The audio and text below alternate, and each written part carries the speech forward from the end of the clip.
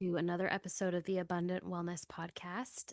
Today, we're going to be talking about maybe one of my favorite things to talk about in parenting a child that's neurodivergent, has special needs, but also one of the more complicated and nuanced topics, and that is the grief of parenting a child that you cannot fix. And there is a particular kind of grief that comes along with loving a child that is so very different than you ever envisioned or imagined or thought you would have to parent. There are so many different layers of grief that come in this process, and that's what this episode is all about. There's I feel like this kind of deep internal conflict with paired with this deep love, relentless effort, and yet it's met with no clear resolution. Feeling the tug of wanting what's best for them and for your family, and simultaneously accepting where they are right now and all that that means for you and all that that means for your family.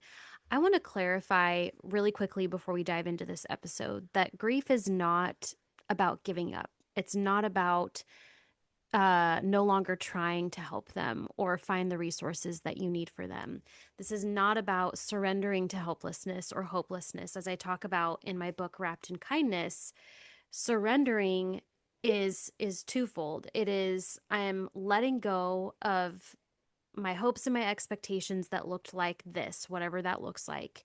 And I'm actually surrendering myself and this situation into the hands of a loving God.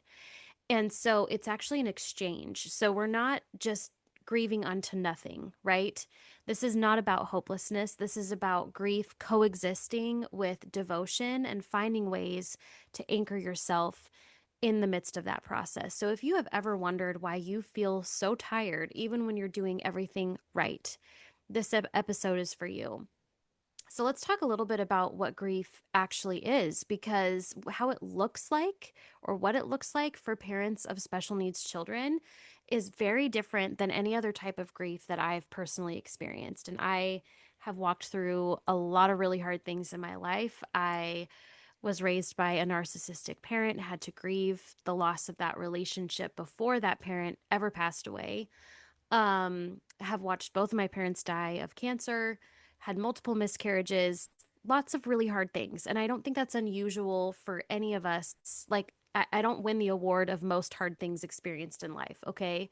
But this grief that I've experienced in raising a child that's neurodivergent, that struggles in ways I never ever thought that she would, that grief looks very different. And I want to talk about why it feels so heavy and confusing. Um, and it's kind of we're going to break it down into layers because there are different layers to this, and how you process it kind of depends on which layer, quote unquote, you're in. So there is a grief for the parenting experience you expected to have that you don't get to have, right? So I talk about this in my book, where I always imagined that I would be able to be this calm, collected, peaceful parent, that I would say no and my child would obey me, right? That I would be able to follow the books and the Bible and like, or what I understood the Bible to mean in terms of discipline, and that my child would just kind of fall in line with that. And so there was a certain amount of grief, not just frustration, but actual grief and loss in the fact that I couldn't parent her in a way that felt aligned to who I was as a mom on the inside. And hopefully I'll be able to explain that in a little bit more detail, but there is a grief and a loss of the parenting that you expected to have. And maybe it's the type of parenting you're able to provide for your other children, right? Maybe there's grief in the fact that your child doesn't connect with you the way that you're able to connect with your other children, or a way that comes naturally to you. And so the parenting strategies and techniques that you have to employ to just get your child through the day, right? Just to function through the day is very different than what you ever thought. There is a real grief in that, okay? There's also a grief for the ease that you assumed might come with time. Like I remember when, we first got the pandas diagnosis for Alexis, and thinking in my head, like, okay, we'll get through this, and there will come a day when things will get easier. And to a certain degree, that was true, in the fact that as her brain became less inflamed, there was a lot of different therapies that we did. There was Things were easier, but I would not describe them as easy. They were not filled with ease the same way that my parenting of my neurotypical child is filled with ease, because she has grown and developed in an age appropriate way. Her chronological age matches her developmental age. That's not always true for our children that are neurodivergent or have special needs. So there's a grief for the ease that you watch other parents stepping into as their children get older that you don't get to have. There's also a grief for the version of yourself who didn't need to be this vigilant, who did not have to become basically a PhD certified researcher in order to get their child to the other side of whatever it is that they're experiencing. There's a loss of self that you are grieving. And I've talked about this in different reels where I shared that sometimes the loneliness we feel, sometimes we think that that's because maybe people aren't showing up for us, or maybe people aren't being with us, but actually it's a loneliness from who you were before this happened. It's like I feel distant from myself, and that can feel very disorienting. There's a grief in this being a non-linear process where you have a child that sometimes does well and then doesn't. And especially in our case, where it's a neuroimmune condition, where anytime she would get exposed to a virus or an illness or a fever or something that insults the immune system, we're thrown right back into what life was like at the very beginning. And so there's this constant, it's like I describe it like being in on the spin cycle in a washing machine, where you're just like, I thought we were done and we're still spinning around this thing. There's also the grief of watching your child struggle in spite of your best efforts, because there's a part of you that knows, once you get beyond the frustration of having to parent these difficulties, there's a part of you that knows this is extraordinarily hard for them. And the things that come easy to every other child around you don't come easy to them. And you're wondering, maybe, how aware are they of this? How is this impacting them? How are they feeling about all of this? There is a very real grief in all of that. And these are really just only 3 or 4 different layers out of many. And so that flavor, what grief looks like for you might be very different than even some of what I'm describing. But the themes that I'm describing here are common themes that I see. What grief is not. Okay, grief is not a lack of faith. It's not a lack of hope. It's not an indication that you're a failure as a parent. It's a very real and valid emotional experience that you're having, that really doesn't say anything about who you are as a person. It's just telling you, like, you're a human with a human experience, and that human experience you're having is filled with grief right now. Grief doesn't mean you don't believe that things will get better. It means that you're telling the truth about what is hard right now. And I want to just share very honestly with you that this is where marriages can become very difficult, because, as if they weren't already difficult raising a child with special needs, right? But this is where things can become really difficult, because how you grieve is unique to you. And I remember feeling, just being completely honest with you, feeling so frustrated with my husband at certain points, because for me, what kept me going was my ability to research and fix. And we're going to talk about that a little bit later in this episode. It was the do, the go, go, and constantly looking for the silver lining. Um, that actually helped me to avoid my grief for a certain period of time. My husband, however, was dealing with grief in a much more, I would say, honest way in his experience, which was that he was very honest about how that was impacting him. Um, and he was very entrenched in that grief for a long period of time. And so we never like were grieving the same thing at the same time. He had already done a whole lot of grieving by the time I hit a place of burnout in my parenting, which I will share with you what that looked like, and hit a very deep place of grief. Like, he had already come to that place and resolved some of that stuff. And I kind of was avoiding it and then came back to it at a different time. And so understanding how your partner grieves or how other siblings grieve can actually be really, really helpful in meeting yourself there first and then meeting your spouse there.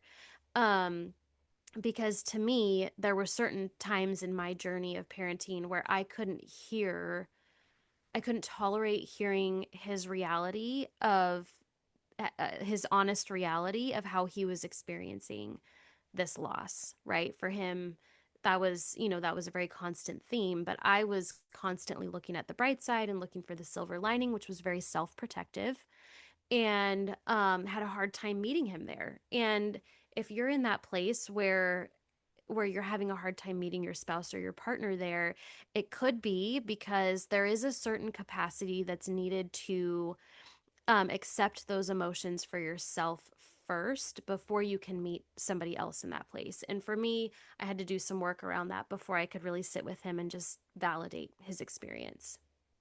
So, on that note, let's talk about why fixing feels so compulsive and why it feels very self protective. And this is especially for high capacity parents. And all of you that are listening to this, if you have a special needs child, are a high capacity parent, you have no choice but to be. So many parents here have become the researchers, the advocates, the healers, the faith filled doers, right? And in that place, fixing can become a coping strategy. It can become a way to regain a sense of control. For me, it was a way to soothe my own nervous system. It felt very active to me. Whereas sitting back and just letting things be what they were and accepting them as they were in that moment, um, felt like there was no hope attached to that. And somehow we have to find our way in the middle where we're able to say, I can accept things for as they are right now, knowing that my child is doing the best that they can and I am doing the best that I can.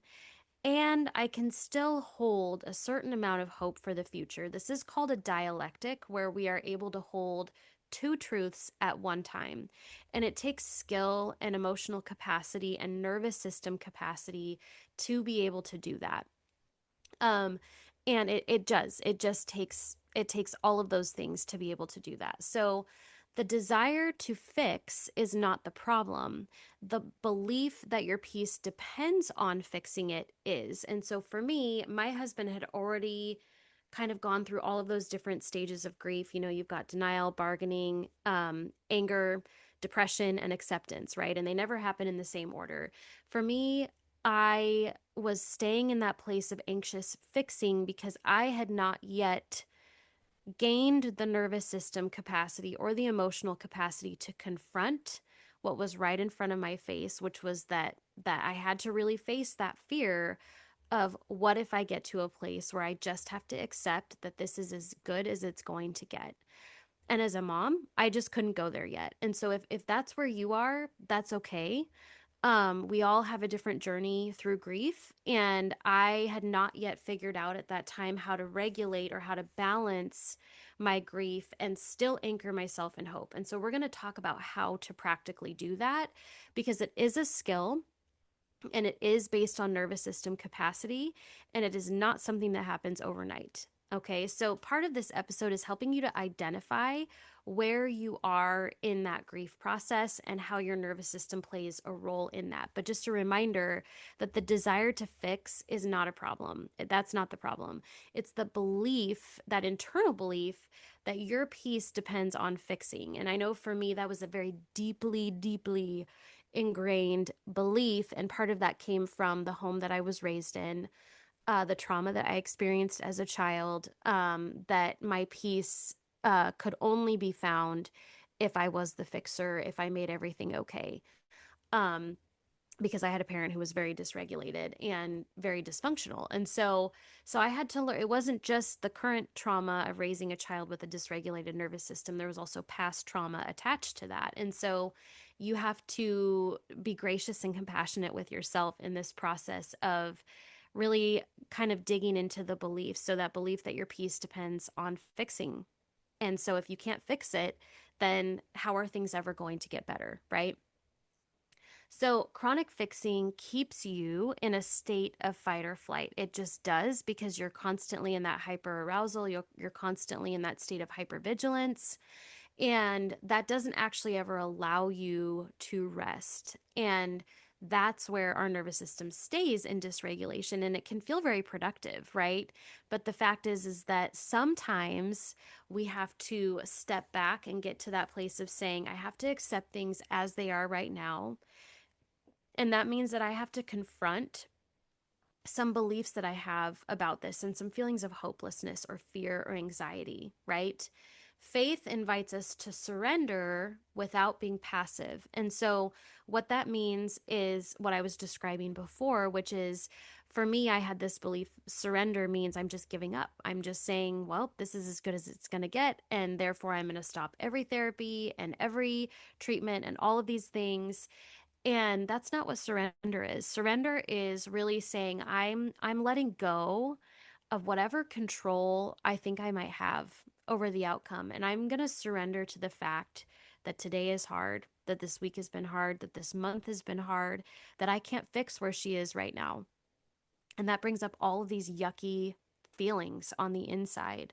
But I'm not just surrendering to an empty void. I'm actually surrendering myself as a believer into the hands of a loving God, which means I'm committing myself back to Him, and I'm saying, God, all the things that I can't fix, I'm putting them right back in your hands because I can do nothing. I can do nothing more than what I'm doing in this situation. And there's something that's really powerful that happens when we get to that place, because we're leaning in, right? And we're leaning into a love that is true, and it is infallible, and it's perfect, and it's endless, and he never runs out of resources for us. And so I can't even tell you how many times where I just got to that place, and sometimes that place looked a little bit like depression, where it was hard to get out of bed in the morning because I was facing grief and sadness and sorrow, but I was allowing myself to be there and surrender myself into God's hands again and saying, God, I'm doing all that I can. I'm praying all that I can pray. I'm meeting with all the right people. And ultimately, I can't decide how fast this goes, how quick she heals, how quick our family heals. And so I'm surrendering myself to all that you are. Would you be all that you are in my circumstances? And let me just step into that bubble of your protective love that's going to carry me through. And so what happens when we do that, if you think about if you think about um when a child comes to you and they're very distressed, or maybe you go to a spouse or a friend when you're really distressed or upset about something, and you speak the truth of your experience and you share how hard things have been, and you're met with compassion, you're met with this feeling of being held, you're met with co-regulation, right? You're met with somebody saying, I see you, I hear you, you're not alone in this. All of a sudden we feel grounded again, right? Because we're not facing this on our own. And when we do that, that's what is called nervous system resourcing, where you are becoming resourced yourself so that you can pick up the fight again another day. And sometimes that looks like a day, sometimes it looks like a week, sometimes it looks like a month, sometimes it looks like a year, before you're able to pick up that fight again. But that surrender is not passive, it's actually very active. And it's a place of inviting the Lord into everything that you're experiencing so he can be for you everything that you are not. Now, I want to speak to this next part really gently because there is something I know for myself, um, that kept me going, and that was the once this is better thinking. But there is a cost attached to thinking that way, and there is a balance to kind of finding the middle ground, like we talked about.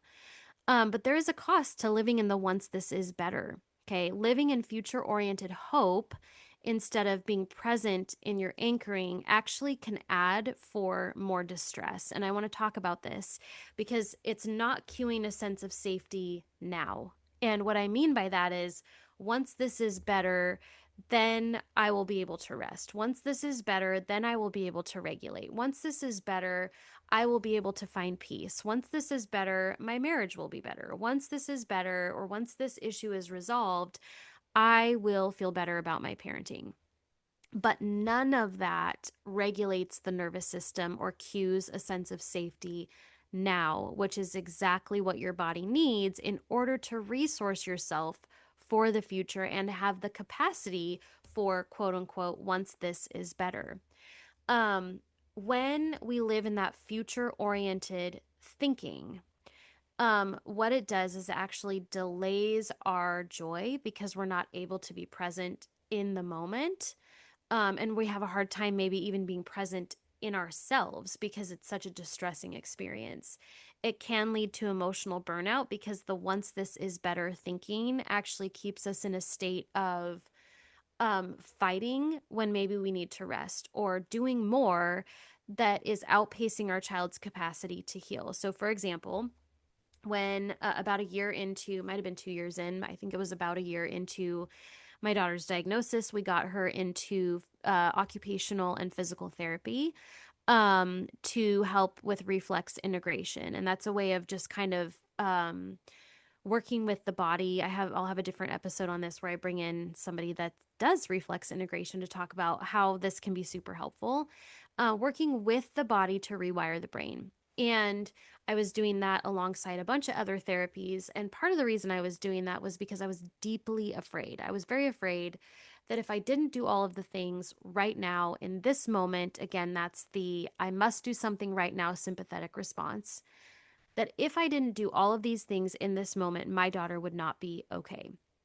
Now, that may or may not have been true. She may have been fine without it. There's no way to know that.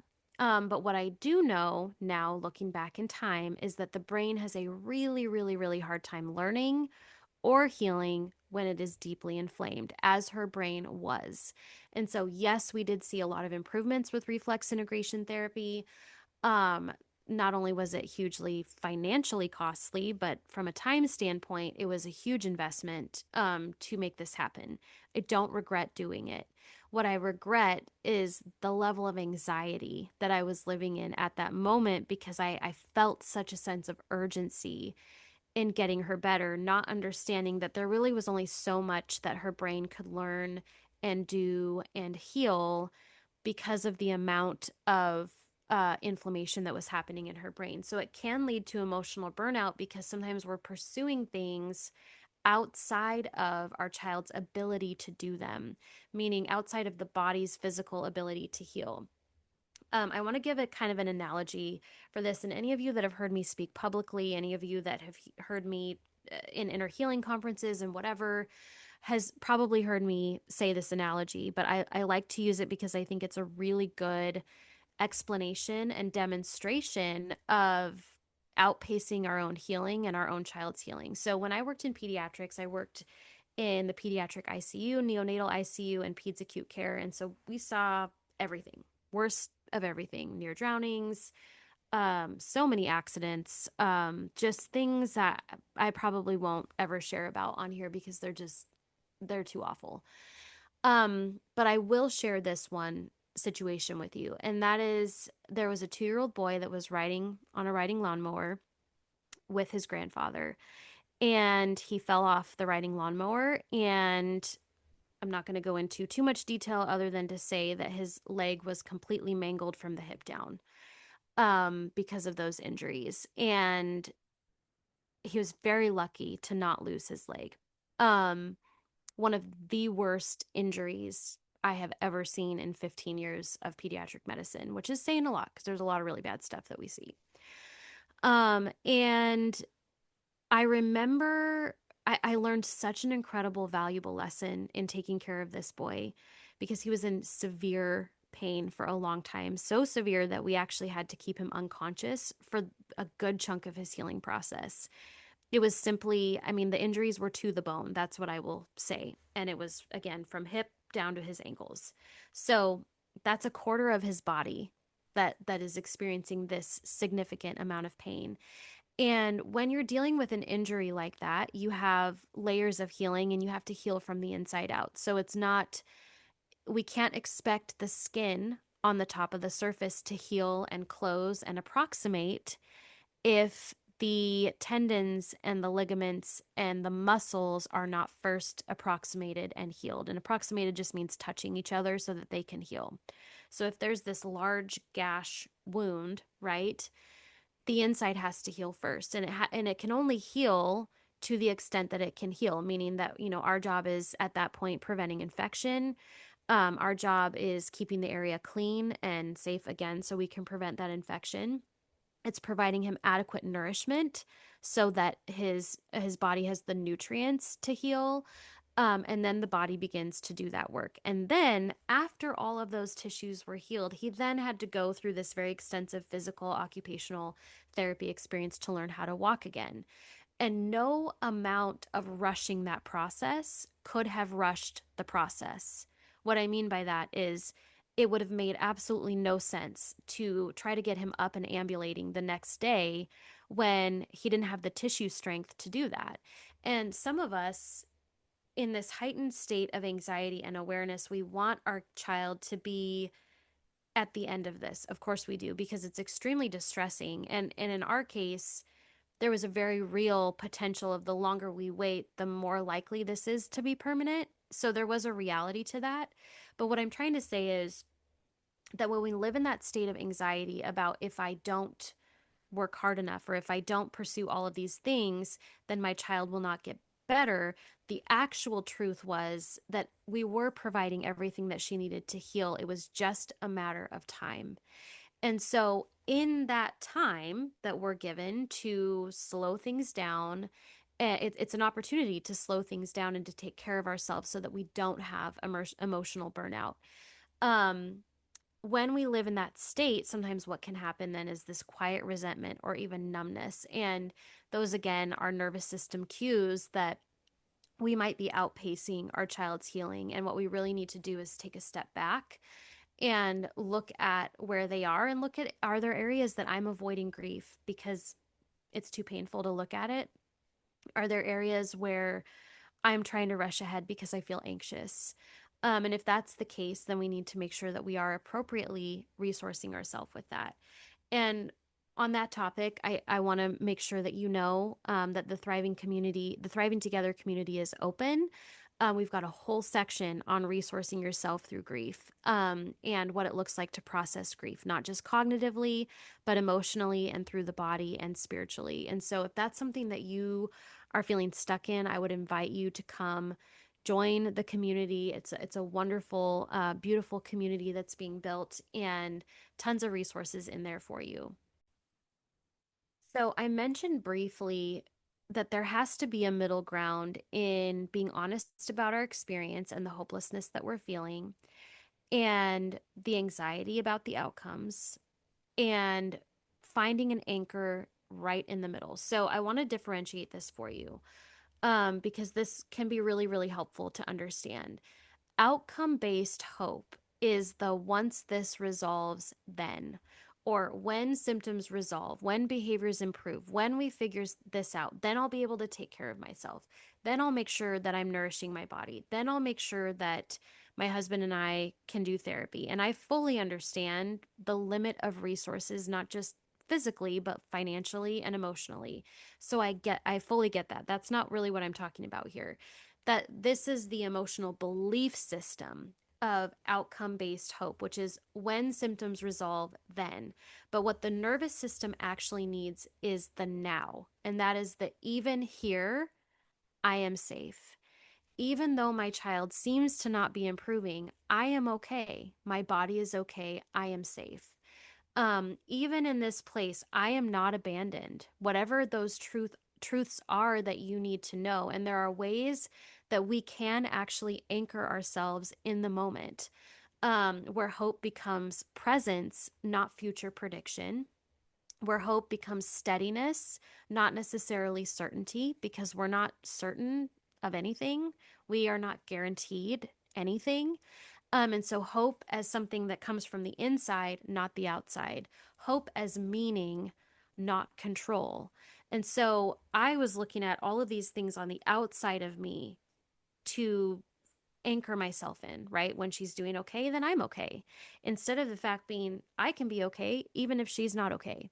I can be steady even if everything around me is uncertain. I can be present in my body, in my mind, in my spirit, in my soul, even if I have no way of knowing what the future can look like.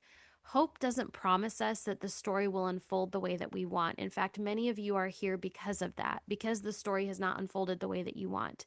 It promises that we're not alone inside of the story.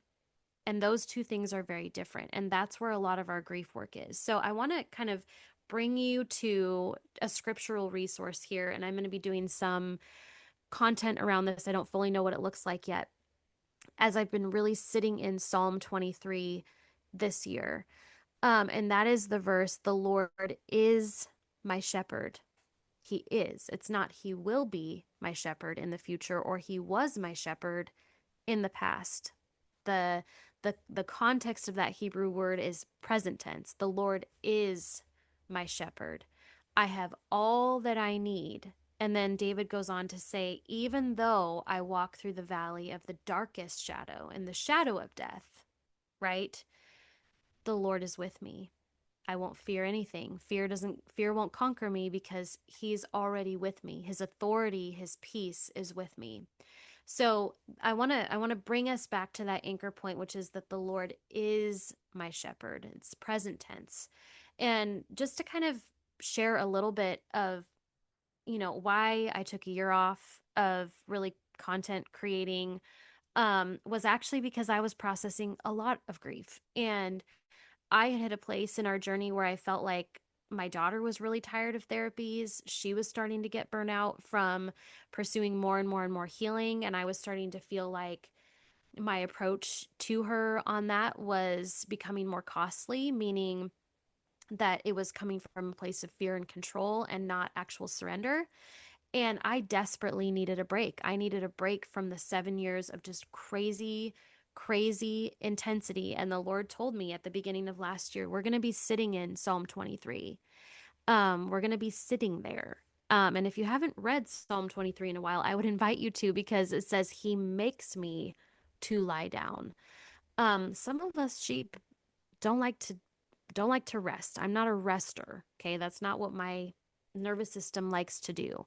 But this last year, had to really learn how to do that. And that's because the Lord was taking me to a place where I needed to confront some pain and some undealt with grief about where we were in our journey and that it was not the place that I'd hoped that we could be. And the flip side to that, or the dialectic on the other side of that, is we were not at a place that I'd hoped we could be, and we were okay and things were still good.